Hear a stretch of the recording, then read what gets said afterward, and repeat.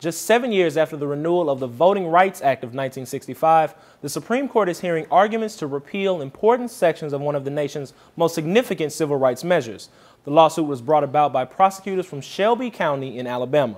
If you are imposing less sovereignty on some states than others, that you're putting current burdens on these governments, you've got to have a current justification for it. If approved by the court, it would effectively repeal a section of the act meant to target states that have a significant past of discrimination against minorities that says they must consult the U.S. Justice Department before implementing any new type of election law.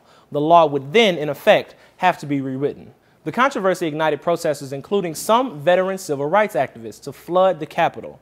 The general sentiment among the marchers was that the law would be a step in the wrong direction for a country that has made significant strides in civil rights. This included John Lewis, the last living organizer from Dr. Martin Luther King Jr.'s Freedom March in 1963.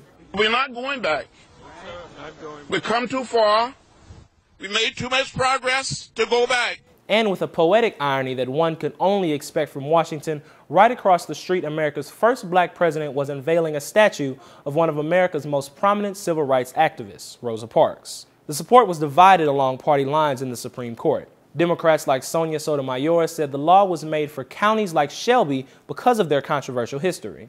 But right-leaning judges like Antonin Scalia seemed to support repeal, saying the section is outdated and functions in today's society as a perpetuation of racial entitlement. While some have argued that the aim of the measure is to enact redistricting and voter ID laws in a way that favors Republican votes, Chief Justice John Roberts noted that southern states seem to be unfairly singled out. He said left-leaning Massachusetts is actually the worst in terms of African-American voter turnout to white voter turnout in the country. The Supreme Court is expected to rule on the decision before July. For Newsy, I'm Jamal Andrews.